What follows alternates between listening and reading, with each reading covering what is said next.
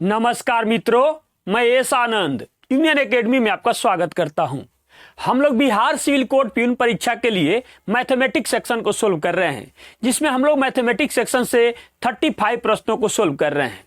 इस समय हम लोग जो बगल में बुक दिख रही है चक्षु प्रकाशन की, इसी बुक से हम लोग प्रैक्टिस सेट को सोल्व कर रहे हैं। इसमें हम लोग मैथमेटिक्स सेक्शन को प्रैक्टिस सेट नंबर 3 तक सोल्व कर चुके हैं। आज हम लोग प्रैक्टिस सेट नंबर 4 की शुरुआत करने जा रहे हैं। चलिए हम लोग प्रैक्टिस सेट नंबर 4 का पहला प्रश्न देखते हैं, जो चक्षु प्रकाशन के प्रैक्टिस सेट नंबर 4 में यह क्वेश्चन आपको 51 नंबर पर मिल जाएगा। आइए प्रश्न क्या कहता है, हम लोग इस क्वेश्चन को सोल्व करते हैं। ध्यान से देखिएगा क्वेश्चन क्या कहता है। कहता है कि एक समबाहु त्रिभुज का क्षेत्रफल बराबर 243 रूट अंडर बट्टा 4 सेमी स्क्वायर है, तदनुसार उसकी एक भुजा की लंबाई क्या होगी। बहुत आसान क्वेश्चन है, क्योंकि समबाहु त्रिभुज का क्षेत्रफल हमको दिया हुआ है। अब ध्यान से देखिएगा, समबाहु त्रिभुज का क्षेत्रफल बराबर फार्मूला क्या होता है, तो इसके लिए फार्मूला होता है √3/4 और होता है भुजा स्क्वायर।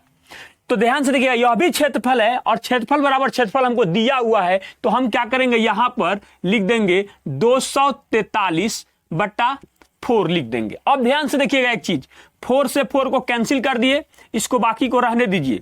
√3a² बराबर, ध्यान से देखिएगा 81 तियां कितना होता है, 81 तियां 243 होता है। तो करेंगे क्या, इसको तोड़ देंगे। तो तोड़िएगा 81, तो 81 का वर्गमूल निकालिएगा तो कितना जाएगा, 9 आ जाएगा, और √3 से √3 बना रहेगा। यहां पर भी इससे यह कैंसिल हो जाएगा, तो a² यानी भुजा स्क्वायर बराबर 9 आ जाएगा। अब इधर a स्क्वायर है तो इधर आएगा तो वर्गमूल होगा, या ऐसे भी बना सकते हैं कि a² बराबर 3 का स्क्वायर। और आप जानते हैं कि जब पावर समान होता है तो बेस भी समान हो जाता है, अर्थात a बराबर कितना हो जाएगा, 3 हो जाएगा। अर्थात जिस ऑप्शन में भुजा बराबर 3 cm दिया गया है वही हमारा आंसर हो जाएगा, अर्थात ऑप्शन नंबर ए हमारा आंसर हो जाएगा। चलिए हम लोग अगला प्रश्न देखते हैं, क्वेश्चन नंबर 52। क्वेश्चन नंबर 52 में कहता है एक शंकु, एक गोलार्ध और एक बेलन एक समान आधार वाले हैं और उनकी ऊंचाई भी एक समान है, तदनुसार उन तीनों के आयतन का अनुपात क्या होगा। बहुत आसान क्वेश्चन है, ध्यान से क्वेश्चन को समझिएगा। देखिए पहले शंकु कहा है, तो मान लीजिए एक शंकु हम बना भी देते हैं, और नहीं भी बनाएंगे तो भी कोई बात नहीं है, लेकिन अगर बना देंगे तो समझने में हम लोग को ज्यादा क्या हो जाएगा, आसानी हो जाएगी। शंकु हो गया, उसके बाद क्या है, गोलार्ध कहा है, तो गोलार्ध को गोला का आधा गोलार्ध हो जाएगा, ऐसे बना देंगे और ये हो जाएगा हमारा गोलार्ध हो जाएगा। उसके बाद बेलन कहा है, एक छोटा सा हम लोग बेलन बना देंगे, इसको एच यहां भी कह सकते हैं, यह आर हो जाएगा, यहां पर होता है, यह रहने दीजिए, और यहां हो जाएगा हमारा बेलन। अब चीजों को समझिएगा ध्यान से। कह रहा है कि तदनुसार उन तीनों के आयतन का अनुपात क्या होता है। इसका आयतन क्या होता है, इसका आयतन होता है 1/3 πr² h होता है। उसके बाद गोलार्ध का आयतन क्या होता है, तो गोला का आयतन क्या होता है, तो गोला का आयतन होता है 4/3, अब πr³ होता है, तो गोला का आधा गोलार्ध कहलाता है। तो जब हम 4/3 अब πr³ में जब 2 से भाग देंगे तो वह क्या हो जाता है, वह हो जाता है 2/3 πr³ में बदल जाता है। अब समझिएगा, और फिर उसके बाद बेलन दिया होता है, बेलन का क्या होता है, πr² h होता है। अब एक चीज समझिएगा, क्या बोला है, एक समान आधार, यानी कि आधार का जो बात कर रहा है, आधार, इनका आधार इसको उलट के भी बना सकते थे, सबका आधार r है, तो एक समान हो गया। उसके बाद बोला कि इसका ऊंचाई भी समान है, यानी इसका ऊंचाई तो r ही होगा, तो h बराबर क्या हो जाएगा, हमारे पास r हो जाएगा। इसका h और इसका भी जो h है यह r के ही बराबर है। तो सबके जगह ध्यान से देखिएगा, यहां भी अगर r हम लोग रख देंगे h के जगह पर, तो r3, यहां r3 और यहां भी r3 हो जाएगा, तो इससे यह कैंसिल हो जाएगा। और पाई से ध्यान से देखिए, पाई कैंसिल हो गया, तो यहां क्या बचा, 1/3, समझ लीजिए थोड़ा सा, यहां हो जाएगा 2/3 और यहाँ हो जाएगा 1। तो अब इसको सोल्व करेंगे। सोल्व करने के लिए देखिए इसमें भी ऐसे कर देंगे, 3/3 से गुना कर देंगे, इसमें भी 3/3 से गुना कर देंगे और इसमें भी 3/3 से गुना कर देंगे। तो क्या होगा, 3/3 से कैंसिल, 3 से ना गुना कर देंगे, सॉरी, सिर्फ 3 से गुना, इसमें भी 3 से गुना कर देंगे, इसमें भी 3 से गुना कर देंगे और इसमें भी 3 से गुना कर देंगे। तो देखिए इससे यह कैंसिल, इससे यह कैंसिल और वहां बच गया 3। तो यह क्या हो जाएगा, 1:2:3। और जिस ऑप्शन में 1:2:3 दिया गया है वही हमारा आंसर हो जाएगा, अर्थात ऑप्शन नंबर सी हमारा आंसर हो जाएगा। चलिए हम लोग अगला प्रश्न देखते हैं, क्वेश्चन नंबर 53। क्वेश्चन नंबर 53 में कहता है कि 3 + 1/√4 + √5 + 1/√5 + √6 + 1/√6 + √7 + 1/√7 + √8 + 1/√8 + √9 किसके बराबर है। बहुत आसान क्वेश्चन है, ध्यान से देखिएगा, एक बात को समझाएंगे, बाकी ऑटोमेटिक आपसे सोल्व हो जाएगा। सबसे पहले इस बात को समझिए, कहीं पे लिखा हुआ है 3 + 2, तो इसको हम लोग क्या लिख सकते हैं, इसको लिख सकते हैं 2 + 3। दोनों बात इक्वल है, इसमें कोई दिक्कत नहीं है। वही चीज यहां पर लिखा हुआ है √4 + √5, इस बात को हम लोग ऐसे भी लिख सकते हैं कि √5 और प्लस √4, दोनों एक ही चीज है, कोई अलग नहीं है। लेकिन अगर यही बातें लिखी होती कि √4 माइनस √5, तो इस बात को हम लोग √5 और माइनस √4 ऐसे नहीं लिख सकते हैं, ये गलत हो जाता क्योंकि नेगेटिव इसमें लगा हुआ है। इसको लिख सकते हैं, यहां माइनस करते और यहां प्लस करते। लेकिन ध्यान से देखिएगा, इसी बात को हम क्यों बता रहे हैं यहां पर, जब हम लोग हर परिमेयकरण पढ़ेंगे तो इस क्वेश्चन को देखते हम लोग वहां पर सोल्व कर सकते हैं। अब चीजें यहां पर सिर्फ एक समझनी है, इस क्वेश्चन को देखिए, इस पार्ट को, सिर्फ एक पार्ट को समझिएगा। A1/√4 + √5 जो लिखा हुआ है, इसको हम लोग कितना लिख सकते हैं, 1/√5 + √4 लिख सकते हैं। अब इसका हर परिमेयकरण जब आप कीजिएगा तो √5 माइनस √4 और बट्टा √5 माइनस √4 हो जाएगा। अब ध्यान से देखेंगे हम लोग तो क्या हो जाएगा, इसमें जब मल्टीप्लाई करेंगे तो इससे तो कोई फर्क ही नहीं पड़ेगा, √5 माइनस √4 हो जाएगा बट्टा, यह किस फॉर्मूला पर चला गया, a² माइनस b²। तो जब हम √5 का स्क्वायर करेंगे तो 5 होगा और 4 का रूट का करेंगे तो क्या हो जाएगा, 4 होगा। तो इसका अंतर जो होगा 1 होगा। इसका मतलब हुआ कि √5 माइनस √4 इसका हर परिमेयकरण के बाद आएगा। इसका मतलब हुआ इस बात को हम लोग कितना लिख सकते हैं, इतना लिख सकते हैं। दोनों एक ही बात है, लिखने का तरीका बदल रहा है। अब ध्यान से समझिएगा पूरे क्वेश्चन को कैसे एक लाइन में हम लोग सोल्व कर लेंगे। जब इस बात को आप समझ जाइएगा ना तो बहुत आसान है, लेकिन यह कब होता है, जब इसका अंतर 1 हो तो बहुत आसानी से हम लोग लिख सकते हैं, या अंतर कुछ भी हो उसके लिए भी हम लोग बहुत आसानी से ही सोल्व करते हैं। ध्यान से देखिएगा, तो इसको लिखेंगे 3 का 3 और प्लस यहां पर, अब इसको आगे बढ़ा देंगे तो क्या आ जाएगा, √5 माइनस हो जाएगा √4 प्लस यहां क्या हो जाएगा, रूट में हो जाएगा 6 और माइनस हो जाएगा √5, उसके बाद प्लस हो जाएगा √7 माइनस हो जाएगा √6, उसके बाद हो जाएगा हम लोग के पास √8 माइनस में हो जाएगा √7, उसके बाद होगा प्लस, उसके बाद हो जाएगा √9 माइनस हो जाएगा √8। अब ध्यान से देखिएगा, ये 5 वाला कट जाएगा 5 वाला से, फिर ये 6 वाला कट जाएगा 6 वाला से, क्योंकि एक पॉजिटिव है एक नेगेटिव है, यानी कि एक माइनस है और एक प्लस है, और इससे यह कट जाएगा। तो बचेगा क्या हम लोग के पास, अब ध्यान से देखिएगा 3, उसके बाद देखिए ये बचा हुआ एक पार्ट, तो माइनस इसका वर्गमूल निकाल देंगे तो यहां पर 2 हो जाएगा, और यहां है 9, तो 9 का भी वर्गमूल निकाल देंगे हम लोग तो क्या हो जाएगा, 3 हो जाएगा। इसका मतलब हो जाएगा 3 और 3 कितना हो जाएगा, 6, और 6 माइनस 2 हो जाएगा, इसका मतलब हम लोग के पास हो जाएगा 4। इस प्रकार के क्वेश्चन को इसी तरीके से बहुत आसानी से सोल्व करते हैं। इसका आंसर हो जाएगा 4, और जिस ऑप्शन में 4 दिया गया है वही हमारा आंसर हो जाएगा, अर्थात ऑप्शन नंबर ए हमारा आंसर हो जाएगा। चलिए हम लोग अगला प्रश्न देखते हैं, क्वेश्चन नंबर 54। क्वेश्चन नंबर 54 में कहता है 2 संख्याओं का महत्तम समापवर्तक और लघुत्तम समापवर्तक क्रमशः 9 तथा 1728 है। तदनुसार ऐसे अंकों के जोड़े कुल कितने हैं। बहुत आसान क्वेश्चन है, ध्यान से देखिएगा।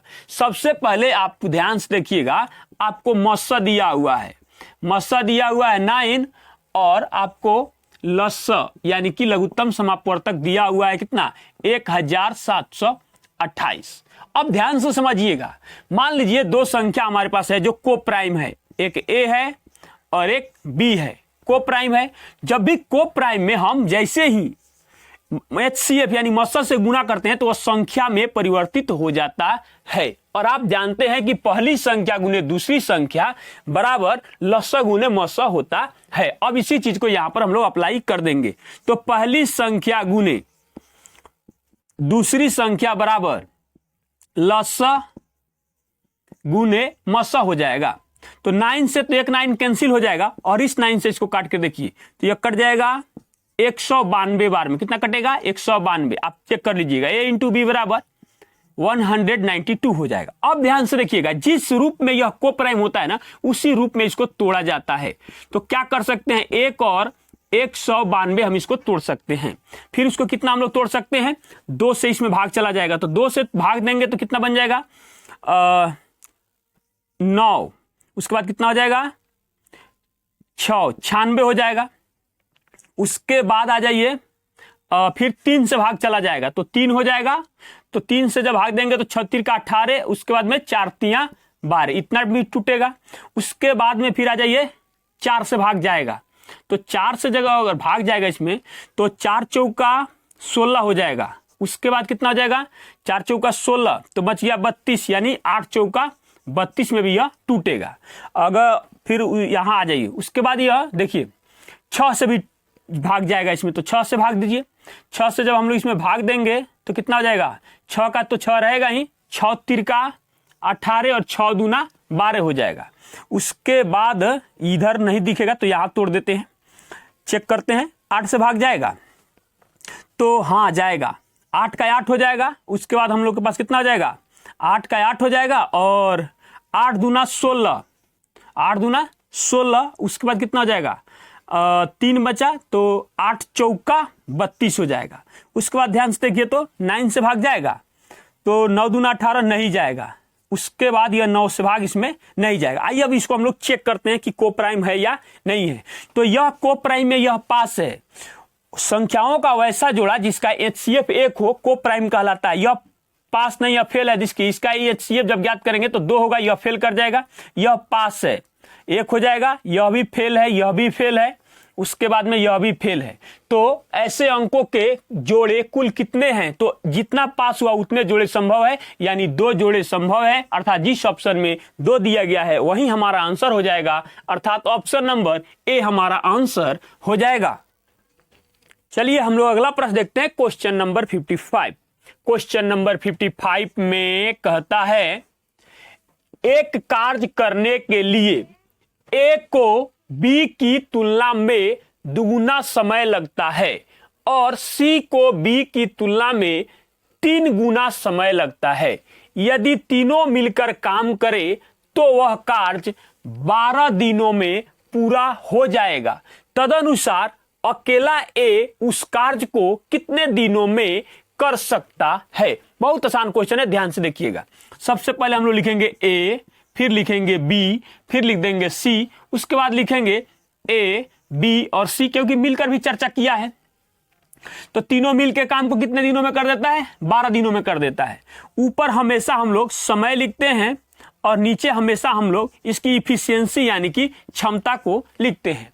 अब चीजों को समझिएगा, क्या कहता है, कहता है कि ये काम को करने के लिए ए को बी की तुलना में दुगुना समय लगता है, यानी इसके तुलना में इसको दुगुना समय लगता है। यानी इसको 1 समय लगता है तो इसको 2 समय लगता है, इसको 1 लगता है तो इसको 2 लगता है। अब समझिए क्या कहता है, और सी को बी की तुलना में 3 गुना समय लगता है। इसके तुलना में इसको कितना समय लगता है, इसको 3 गुना समय लगता है।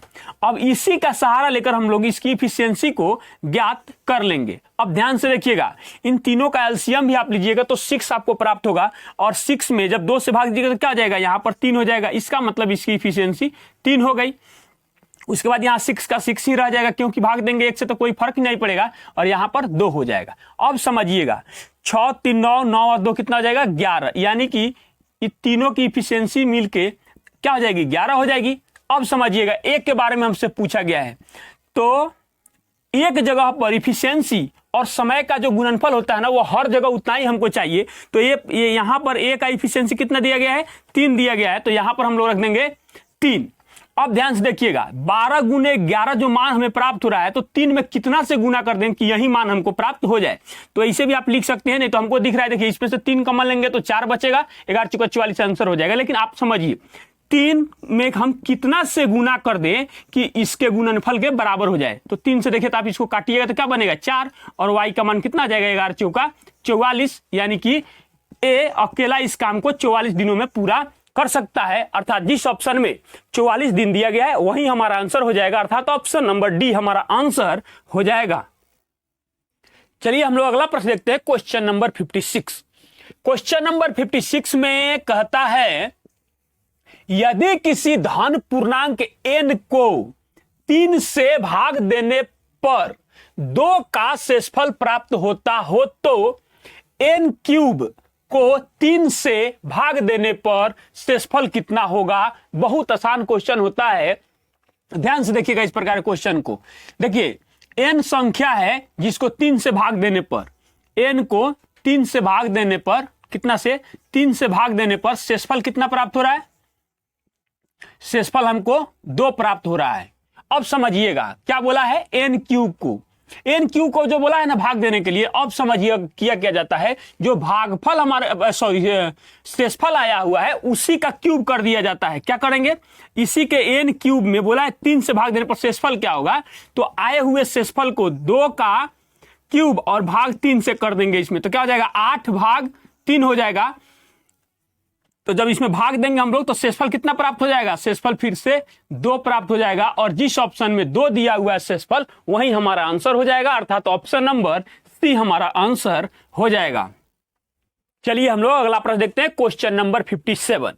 क्वेश्चन नंबर 57 में कहता है 2 संख्याओं का योगफल और गुणनफल क्रमशः 5 तथा 6 है, तदनुसार उनके वर्गों के व्युत्क्रमों का योगफल होगा। बहुत आसान क्वेश्चन है, ध्यान से समझिएगा। सबसे पहले कहा है कि 2 संख्याओं का योगफल, मान लिए कि 2 संख्या एक ए है और एक बी है, जिसका योगफल हमको कितना दिया हुआ है 5 दिया हुआ है, और इन्हीं दोनों संख्याओं का गुणनफल जो है हमको कितना दिया हुआ है 6 दिया हुआ। अब क्वेश्चन क्या कहता है, तदनुसार उनके मतलब संख्याओं के वर्गों के व्युत्क्रम, यानी कि कह रहा है कि 1 बट्टा, यानी देखिए पहले स्क्वायर होगा, स्क्वायर का व्युत्क्रम हुआ तो 1 बटा ए स्क्वायर हो जाएगा प्लस 1 बटा बी स्क्वायर, इसका योग हमसे पूछ रहा है। तो आप बताइए जब इसको हम लोग सोल्व करेंगे तो क्या हो जाएगा, यह हो जाएगा ए स्क्वायर प्लस बी स्क्वायर बटा ए स्क्वायर इंटू बी स्क्वायर हो जाएगा। अब ध्यान से देखिएगा इसका मान कहां से लाए, तो इसको हम लोग कितना लिख सकते हैं, इसको लिख सकते हैं ए प्लस बी का होल स्क्वायर और माइनस 2ab। तो अब देखिए फिर जो इसमें से आएगा प्लस 2ab वह कैंसिल हो जाएगा, और बट्टा इसको लिख सकते हैं a इंटू बी का होल स्क्वायर। अब मान को रख दीजिए, यहां पर a प्लस बी का मान हमको दिया हुआ है 5, तो 5 का स्क्वायर माइनस 2 इंटू ए इंटू बी का मान कितना दिया हुआ है 6 दिया है, 6 रख दीजिए, और यहां हो जाएगा फिर से 6 का स्क्वायर। तो क्या हो जाएगा, यहां हो जाएगा 25, और 25 में से घट जाएगा कितना 12, और बटा हो जाएगा 36, यानी 12 जब घटाएंगे तो क्या बचेगा 13 बटा 36 हो जाएगा, और जिस ऑप्शन में 13 बटा 36 दिया गया है वही हमारा आंसर हो जाएगा, अर्थात ऑप्शन नंबर ए हमारा आंसर हो जाएगा। चलिए हम लोग अगला प्रश्न देखते हैं, क्वेश्चन नंबर 58। क्वेश्चन नंबर 58 में यह ग्राफ से क्वेश्चन को दिया गया है, ध्यान से देखिएगा, निर्देश दिया गया है, कहता है कि निम्नलिखित लेखाचित्र का अध्ययन कीजिए और प्रश्नों के उत्तर दीजिए। हमारे सामने यह ग्राफ दिया गया है और क्वेश्चन कहता है कि वर्ष 2001 की तुलना में वर्ष 2008 में नमक के उत्पादन में कितने प्रतिशत की वृद्धि हुई है, और ऑप्शन हमारे सामने दिया गया है। बहुत आसान क्वेश्चन होता है इस प्रकार का क्वेश्चन। अब ध्यान से देखिएगा इस क्वेश्चन को कितना आसानी से सोल्व हम लोग कर लेंगे। अब ध्यान से देखिए क्या बोला है 2001, तो 2001 ये है, इसके सामने बताया गया कि तुलना में वर्ष 2008 में, तो वर्ष 2008 ये है। तो देखिए वर्ष 2001 में 40 टन कह सकते हैं, 40 टन यहां मान लेते हैं, यहां दिया हुआ इसका संकेत भी कि उत्पादन 1000 टनों में है, तो 40 से ही हमारा काम चल जाएगा। 40 टन है और 2008 में कितना है 90 टन है तो बढ़ोतरी कितना का हुआ, 50 का हुआ। कितना का हुआ, 50 का। किससे तुलना करना है, इस 40 से तुलना करना है, 2001 से तुलना करना है, यानी कि 40 गुना हो जाएगा 100%। अब इसको सोल्व कर दीजिए, एक जीरो से एक जीरो कैंसिल हो जाएगा, उसके बाद में यहां से काटेंगे तो यह बन जाएगा 25, और देखिए यहां 2 बचा हुआ है तो यहां चला जाएगा तो कट जाएगा, तो कितना हो जाएगा 5, यानी कि हो जाएगा 125% का क्या हो जाएगा वृद्धि। कितने प्रतिशत की वृद्धि हुई, तो 125% की वृद्धि हुई, और जिस ऑप्शन में 125% दिया गया है वही हमारा आंसर हो जाएगा, अर्थात ऑप्शन नंबर बी हमारा आंसर हो जाएगा। चलिए हम लोग अगला प्रश्न देखते हैं, क्वेश्चन नंबर 59। क्वेश्चन नंबर 59 में कहता है एक आयत की भुजा का माप लेते समय उसकी एक भुजा 5% अधिक माप ली जाती है और दूसरी 2% कम, तदनुसार उसका क्षेत्रफल मापने में त्रुटि प्रतिशत होगा। इस क्वेश्चन को बेसिक से भी हम लोग बना सकते हैं, और इसी के लिए एक फार्मूला होता है जो ट्रिकी फार्मूला होता है, उसका भी यूज कर सकते हैं। क्या होता है वो, a plus B plus a into B बटा 100 होता है। इस फार्मूला को लगा सकते हैं, या इसी फार्मूला को ऐसे भी लिख सकते हैं, या आयत है ना तो l plus B plus l into B या बटा 100 होता है। इस तरीके से भी लिखा जाता है, यहां परसेंटेज लगा दीजिएगा, कोई दिक्कत नहीं है, आप लगा सकते हैं। या इसी बात को कहीं कहीं किसी बुक में आकर देखिएगा तो x plus Y plus x into Y बटा 100 लिखा रहता है। तो इसको लेकर मतलब कि घबराने की जरूरत नहीं है, अपनी समझदारी सबसे बड़ी बात होती है कि इसमें लागू करना, अपनी समझ को इसमें लागू कराना। तो देखिए इसमें लागू भी कैसे कराएंगे, देखिए 5% अधिक इसका मतलब पॉजिटिव, तो लिख देंगे 5, और 2% कम माप ली जाती है इसका मतलब नेगेटिव, तो -2। अब देखिए यहां जब मान रखेंगे ना तो गुना हो जाएगा, यहां पर तो प्लस और माइनस मिलकर हो जाता है माइनस, इसीलिए इस तरीके से कंडीशन बन जाता है 5 गुना 2 और बटा हो जाएगा कितना 100, ऐसे कंडीशन तैयार हो जाएंगे हमारे सामने। तो देखिए 5 और 5 में से कितना घट जाएगा, 2 घट जाएगा तो यहां बन जाएगा 3, माइनस देखिए 5 दूना 10 तो 1 जीरो कैंसिल हो जाएगा। जैसे ही इसमें हम भाग देंगे 1 में तो क्या आ जाएगा 0.1, इसका मतलब यह घटेगा तो क्या आ जाएगा 2.9 हो जाएगा, यानी 2.9% क्षेत्रफल में त्रुटि है, अर्थात जिस ऑप्शन में मतलब 2.9% दिया गया है वही हमारा आंसर हो जाएगा, अर्थात ऑप्शन नंबर सी हमारा आंसर हो जाएगा। चलिए हम लोग अगला प्रश्न देखते हैं, क्वेश्चन नंबर 60। क्वेश्चन नंबर 60 में कहता है एक बिल में 35% छूट देने पर और 2 बार क्रमबद्ध 20% की छूट देने पर 22 रुपया का अंतर आता है, तदनुसार उस बिल की राशि कितनी थी। बहुत आसान क्वेश्चन है, ध्यान से देखिएगा। एक जो छूट है वह डायरेक्ट 35% का दिया गया है, और दूसरा जो छूट है वह सक्सेसिव छूट जो कहा जाता है, क्रमिक छूट, वह 2 बार का दिया गया है 20% का। तो फाइनली यह दोनों मिलाकर एकल छूट इसका कितना हुआ, यानी कि एक छूट इसका कितना तैयार होगा। तो इसके लिए भी वही फार्मूला होता है जो हमने पीछे लिखा था कि a plus B minus a into B बटा 100 वाला ही फार्मूला इसमें भी लागू होता है एकल छूट प्राप्त करने के लिए। तो क्या हो जाएगा 20 प्लस 20 माइनस 20 गुना 20 बटा हो जाएगा 100, 00 से 00 कैंसिल, यहां हो जाएगा देखिए 40 में से 4 घट जाएगा तो कितना जाएगा 36, यानी कि यह फाइनल जो है यह कितना प्रतिशत का है 36% छूट के बराबर है। तो 35% और 36% में कितना का अंतर है, तो 1% का अंतर है। तो क्या लिख देंगे हम लोग 1%, और इसी 1% का मान हमको कितना दिया गया है 22 रुपया दिया गया है। अब हमसे पूछा गया तदनुसार उस बिल की राशि कितनी थी। तो देखिए किसी भी बिल की राशि जो होता है 100% होता है, तो यहां हो जाएगा हमारे पास 100% का मान कितना हो जाएगा 2200 रुपया, और जिस ऑप्शन में 2200 रुपया दिया गया है वही हमारा आंसर हो जाएगा, अर्थात ऑप्शन नंबर डी हमारा आंसर हो जाएगा। चलिए हम लोग अगला प्रश्न देखते हैं, क्वेश्चन नंबर 61। क्वेश्चन नंबर 61 में कहता है एक गोलक और एक घन की सतह के क्षेत्रफल एक समान है, इसका मतलब होता है कि बराबर हैं। तदनुसार उस गोलक और घन के आयतनों का अनुपात कितना होगा। बहुत ही आसानी से क्वेश्चन को हम लोग सोल्व करेंगे, ध्यान से देखिएगा। तो गोलक के संपूर्ण सतह का क्षेत्रफल कितना होता है, तो यह होता है 4 पाई आर स्क्वायर, और बराबर है किसके बराबर है, घन के। तो घन का के सतह का संपूर्ण घन के संपूर्ण सतह का क्षेत्रफल कितना होता है, 6 गुने भुजा स्क्वायर होता है। तो इसका सहारा लेंगे तो आर और ए का मान निकाल लेंगे, उसके बाद गोलक के आयतन में और घन के आयतन में रख देंगे, हमारा आंसर आ जाएगा। अब ध्यान से देखिएगा इसको कैसे सोल्व करेंगे। इसको सोल्व करेंगे तो यहां से कटेगा तो यहां क्या हो जाएगा, 2 होगा, तो यहां कटेगा तो क्या हो जाएगा, 3 हो जाएगा। उसके बाद देखिए इसको भेज दीजिए इस साइड, आर स्क्वायर बट्टा ये कितना हो जाएगा, ए स्क्वायर बराबर यहां बचेगा 3 और बट्टा में ये आ जाएगा 2 पाई आ जाएगा ऐसे। तो इसका आर और ए का मान ज्ञात कीजिए। इसका मतलब ये दोनों इस साइड आ जाएगा, तो इसका रूट हो जाएगा, रूट में 3 और बट्टा क्या हो जाएगा। आप इसको डायरेक्ट दोनों को भी लगा सकते हैं या अलग अलग भी लगा सकते हैं, इस प्रकार से गुना में ऐसे भी लगा सकते हैं। इसका मतलब यह आर जो है, आर का मान हो गया और यह ए का मान हो गया। अब ध्यान से समझते हैं, हमको दिया हुआ है, पहले गोलक का चर्चा किया है तो इधर गोलक आप लिख सकते हैं, गोलक का अनुपात और घन के अनुपात यानी कि इनके आयतन का। तो गोलक यानी गोला का आयतन कितना होता है, 4/3 पाई आर क्यू होता है, और घन का कितना होता है, तो घन का होता है भुजा क्यू।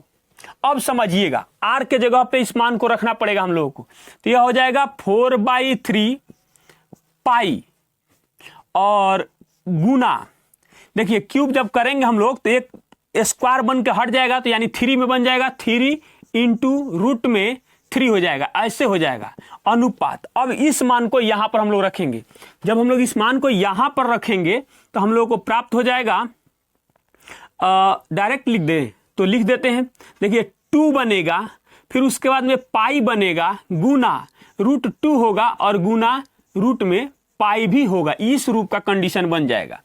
इससे यह कट जाएगा, उसके बाद इस 3 से तो इसको कटना तय है। उसके बाद अगर हम लोग बात करें तो इससे इसको काटेंगे तो यहां पर 2 हमें प्राप्त होगा। और एक चीज और देखिएगा, जब इससे कैंसिल करेंगे इसको तो हमें यहां पर फाइनली √2 प्राप्त होगा। तो √2 और √3 दोनों गुना हो जाएगा, तो रूट में 6 हो जाएगा, और यहां पर क्या बन जाएगा, रूट पाई सिर्फ बच जाएगा। अर्थात जिस ऑप्शन में √6 अनुपात रूट पाई है वही हमारा आंसर हो जाएगा। देखिए इस चीजों को समझिएगा, यहां पर जो हमने मान डायरेक्ट लिखा है, ऐसे क्यों लिखा है, तो 3 बार जब इस मान को रखेंगे तो ये तो आना तय है, आप इसको चेक कर लीजिएगा। अर्थात ऑप्शन नंबर बी हमारा आंसर हो जाएगा। चलिए हम लोग अगला प्रश्न देखते हैं, क्वेश्चन नंबर 62। क्वेश्चन नंबर 62 में टाइम एंड वर्क का क्वेश्चन है, ध्यान से देखिएगा। कहता है ए और बी एक कार्य 8 दिनों में पूरा कर लेते हैं, वही कार्य बी तथा सी दोनों 24 दिनों में कर सकते हैं, जबकि सी तथा ए वही कार्य 8.4/7 दिनों में कर सकते हैं। तो अकेला सी उसे कितने दिनों में कर पाएगा। बहुत आसान क्वेश्चन है, ध्यान से देखिएगा हम लोग क्वेश्चन को कैसे सोल्व करेंगे। तो ध्यान से देखिएगा, ए और बी के बारे में दिया हुआ है कि यह 8 दिनों में पूरा काम को कर सकता है। यहां पर हम लोग दिन लिख देंगे। उसके बाद ध्यान से देखिएगा, फिर कह रहा है कि बी और सी, तो बी और सी में कितना हो जाएगा, 24 दिनों में दिया हुआ है। और जबकि सी तथा ए कितना दिन हो जाएगा, देखिए 8 7 56, 56 और 4 कितना हो जाएगा, 60, 60/7 हो जाएगा। अब ध्यान से देखिएगा, सबसे पहले हम लोग इसकी क्षमता को ज्ञात करेंगे, यानी कि इफिशियंसी को। अंग्रेजी में इफिशियंसी कहते हैं और हिंदी में क्षमता कहते हैं, इसको डे हो गया।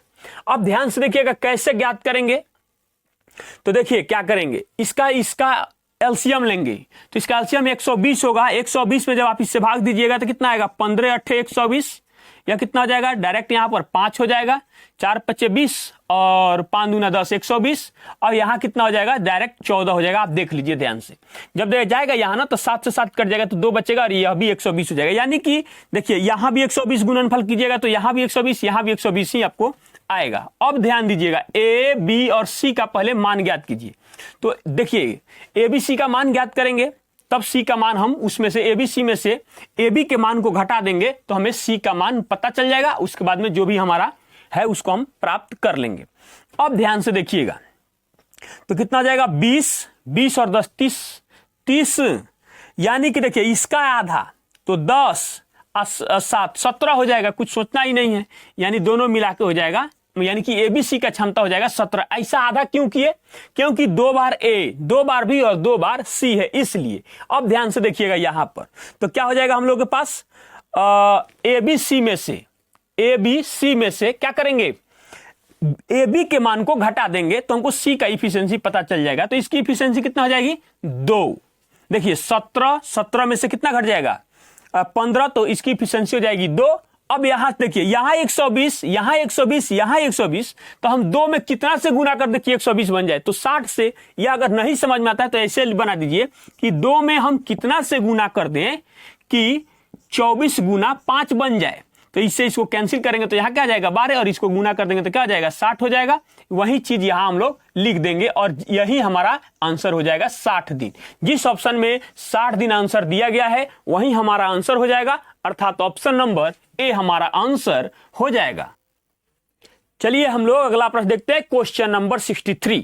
क्वेश्चन नंबर 63 में कहता है दो संख्याओं का लघुत्तम समापवर्त उनके महत्तम समापवर्त का 4 गुना है। गौर कीजिएगा कितना गुना है, 4 गुना है। साथ ही उन दोनों का योगफल, किसका, लसअ और मसअ का योगफल 125 है। तदनुसार यदि एक संख्या 100 हो तो दूसरी संख्या कितनी होगी। बहुत ही आसानी से क्वेश्चन को हम लोग सोल्व करेंगे। पहले समझिएगा, दिया हुआ है मसअ और फिर बात किया हुआ है लसअ। अब ध्यान से समझिएगा कहता क्या है, दो संख्याओं का लघुत्तम समापवर्त उनके महत्तम समापवर्त तक का 4 गुना है। यानी यह x है तो लसअ जो है कितना है 4x है, और इन दोनों का योगफल दिया हुआ है, दोनों को जोड़ देंगे तो क्या हो जाएगा 5x हो जाएगा, और इसका मान हमको 125 दिया हुआ है। जब इससे इसको कैंसिल कीजिएगा तो कितना बार में कटेगा 25 बार में कटेगा, यानी x का मान आ गया 25।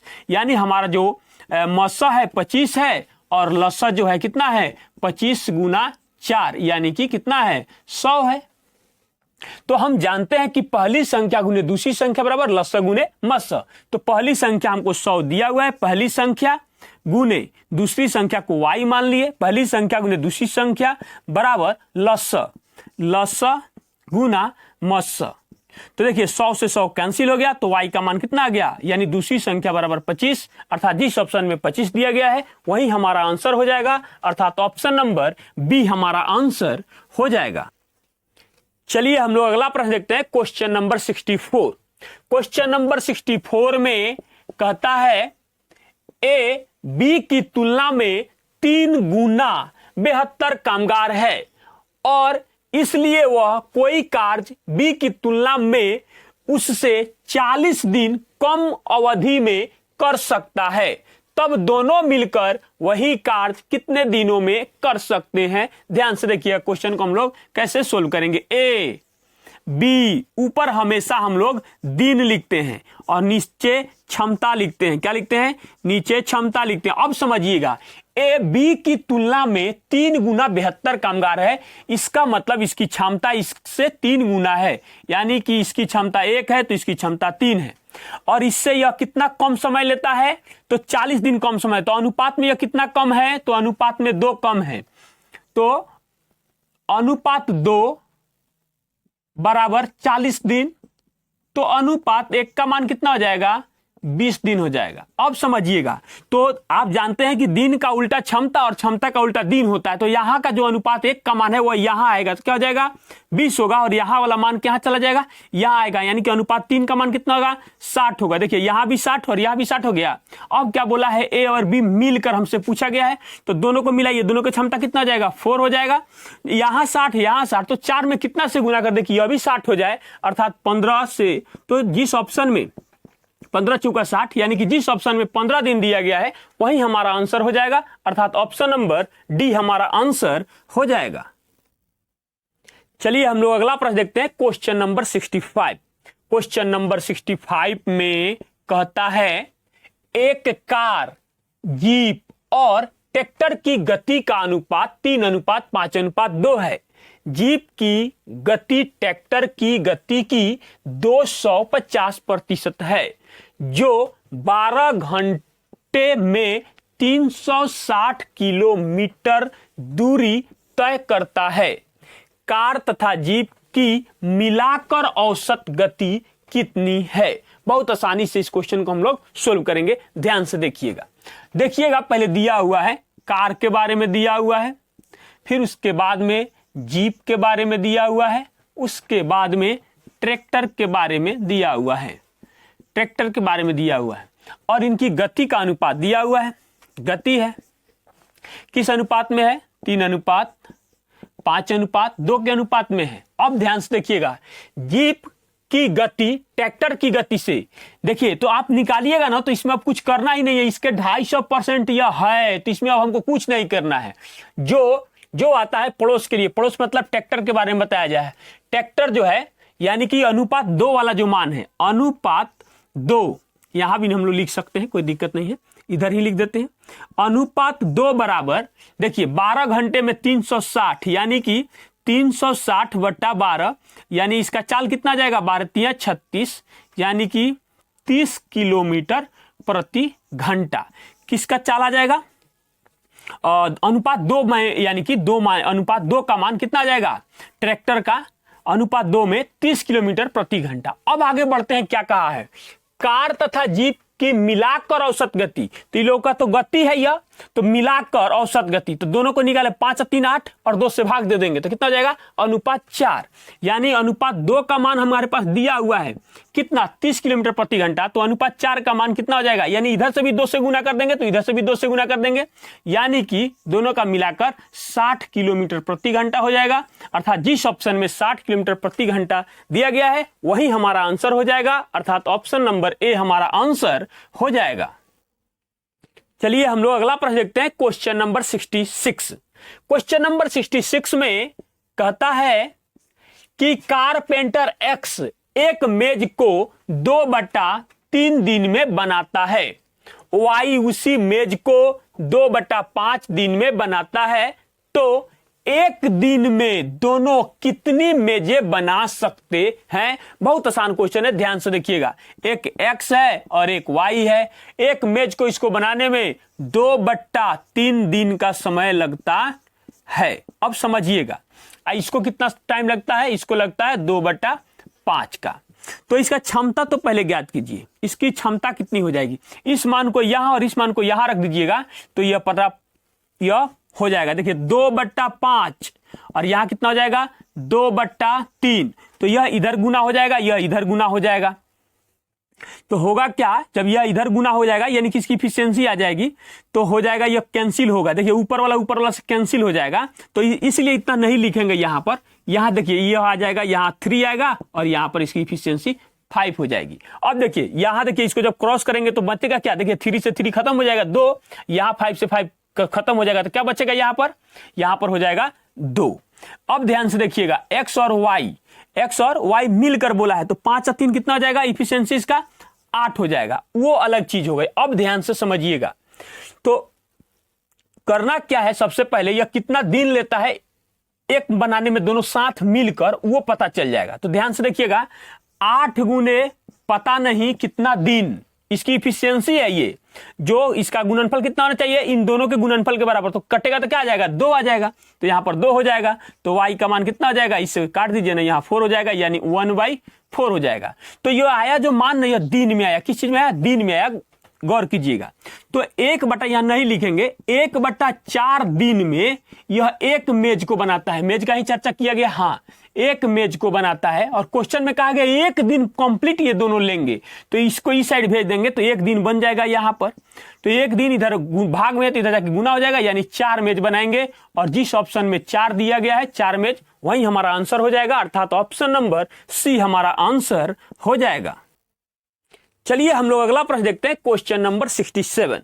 क्वेश्चन नंबर 67 में कहता है कि ए और बी का अनुपात 4:5 है तथा बी और सी का अनुपात 2:3 है।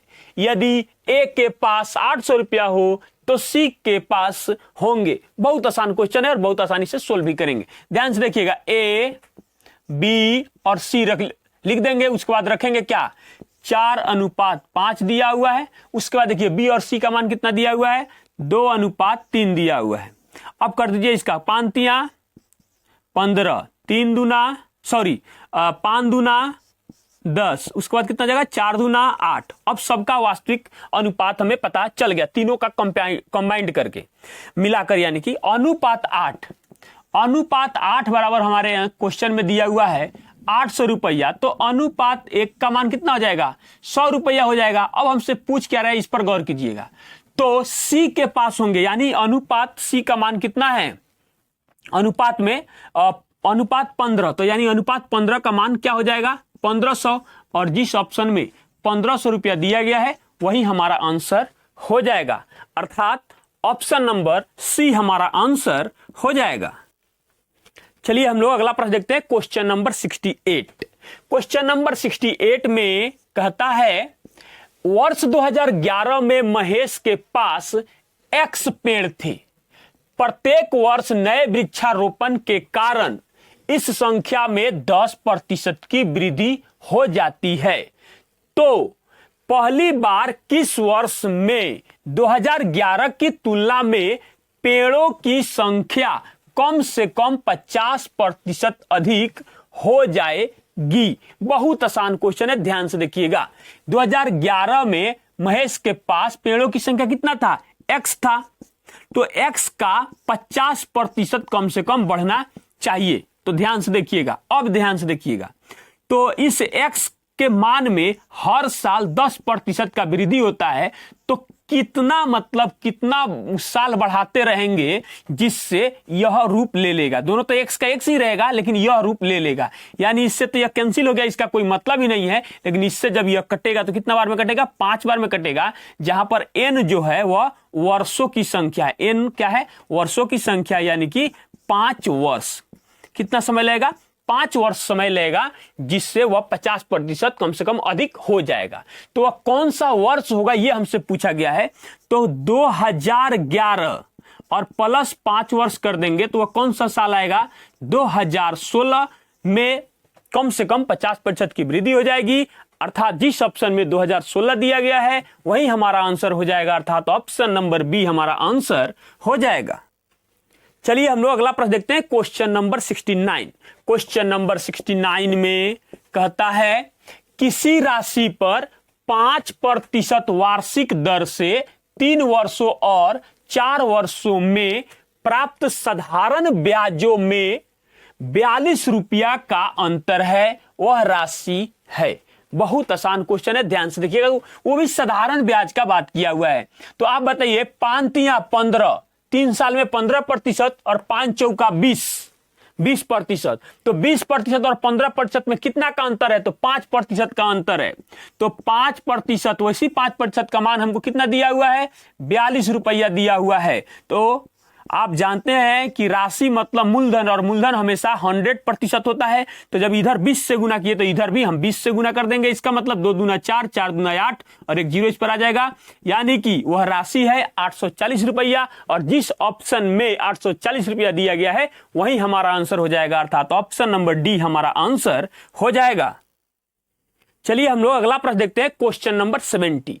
क्वेश्चन नंबर 70 में कहता है यदि अल्फा डिग्री एक कोण की माप है, यानी एक कोण का माप है जो इसके समपूरक के बराबर है, और बीटा डिग्री एक कोण की माप है जो इसके अनुपूरक के बराबर है, तो अल्फा बटा बीटा ज्ञात करें। बहुत आसान क्वेश्चन है, ध्यान समझिएगा। सबसे पहले इसमें समझने वाली बात यह है कि समपूरक का अर्थ होता है 180 डिग्री, अनुपूरक का अर्थ होता है 90 डिग्री। अब समझिएगा, जो अल्फा है कह रहा है कि एक कोण का माप है जो इसका क्या है, समपूरक है। यानी जो अल्फा है इसको हम लोग ऐसे भी लिख सकते हैं कि ठीक है, बढ़िया है, 180 180 डिग्री माइनस अल्फा, यानी कि इतना जो घटा रहे हैं इस मान को अल्फा में से, इसमें जोड़ देंगे तो यह समपूरक बन जाएगा। क्या है? यह समपूरक हो जाएगा। और एक देखिए जो बीटा है वह अनुपूरक है, यानी 90 माइनस ऐसे लिखेंगे बीटा। इसको भेज दीजिए इस साइड तो क्या बन जाएगा? 2 बीटा बराबर 90, तो सिर्फ बीटा का मान कितना जाएगा? कट जाएगा तो 45 डिग्री या 45 लिख दीजिए। फिर इसको इस साइड भेजिएगा तो क्या हो जाएगा? 2 अल्फा बराबर 180 कट जाएगा तो क्या हो जाएगा? अल्फा बराबर 90 या 90 डिग्री, दोनों एक ही बात है। हमसे क्वेश्चन में पूछा गया है अल्फा बटा बीटा, तो अल्फा का मान कितना आ गया? 90 और बीटा का मान आ गया 45, कट जाएगा तो क्या आ जाएगा? 2, और जिस ऑप्शन में 2 दिया गया है वही हमारा आंसर हो जाएगा, अर्थात ऑप्शन नंबर सी हमारा आंसर हो जाएगा। चलिए हम लोग अगला प्रश्न देखते हैं, क्वेश्चन नंबर 71।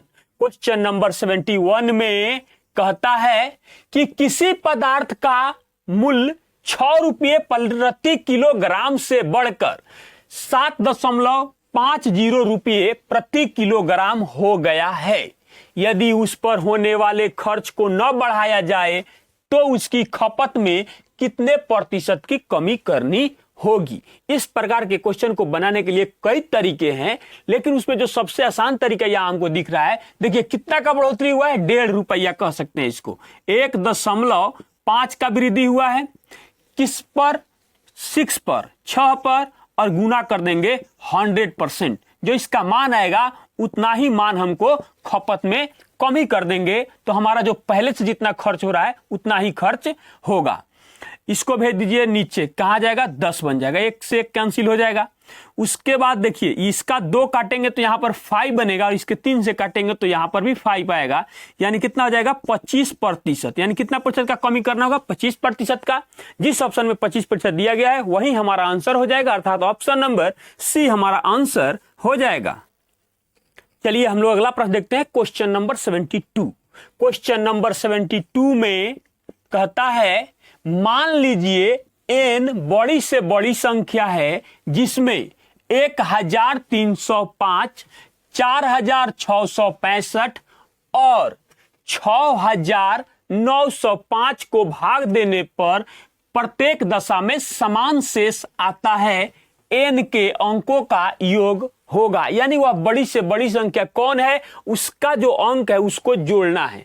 ध्यान से देखिएगा, इस प्रकार के जब भी क्वेश्चन कहता है भाग देने पर प्रत्येक दशा में समान शेष बचे, इस प्रकार के क्वेश्चन में यानी कि यहां पर HCF ज्ञात करना है, बड़ी से बड़ी कह रहा है, तो सबसे पहले करते क्या है कि जो देखिए पहले एक बार लिख देते हैं, 1305 कहा है, 4665 कहा है, 6905 कहा है, तो क्या जाता है? सब में से एक से x घटाया जाता है। तो घटाने के क्रम में होता क्या है? घट नहीं पाएगा, तो इन संख्याओं का अंतर ज्ञात किया जाता है। उसी अंतर मेथड में वो x कैंसिल हो जाता है। फिर कभी इस पर डिटेल हम चर्चा करेंगे, लेकिन अगर फाइनली इसी तरह बात कीजिएगा तो 6905 में से कितना हमको घटाना होगा? 1305 घटाना होगा। फिर से 6905 से 4665 को घटाना होगा, और उसके बाद में 4665 में से कितना घटाना होगा? 1305 को घटाना होगा, और जो मान आएगा ना उसका HCF हम लोग ज्ञात करेंगे। घटाइए तो यहां पर 5 से 5 जाएगा तो 0, और 0 से 0 जाएगा तो 0। यहां कितना हो जाएगा? 9 में से 3 जाएगा तो 6 हो जाएगा, और 6 में से 1 जाएगा तो कितना जाएगा? 5 हो जाएगा। यहां आ जाइए, फिर हो जाएगा वही चीज 0। उसके बाद क्या हो जाएगा? यह बनेगा 10, तो 10 में से 6 जाएगा तो क्या हो जाएगा? 4 हो जाएगा। उसके बाद यहां क्या बन जाएगा? 8 बन जाएगा, तो 8 में से 6 जाएगा तो 2 हो जाएगा, और 6 में से 4 जाएगा तो 2 हो जाएगा। उसके बाद यहां देखिए यह हो जाएगा 0। उसके बाद क्या हो जाएगा? यह घटेगा 0, तो यहां आ जाएगा 6। उसके बाद में यहां कितना हो जाएगा? यहां हो जाएगा 6।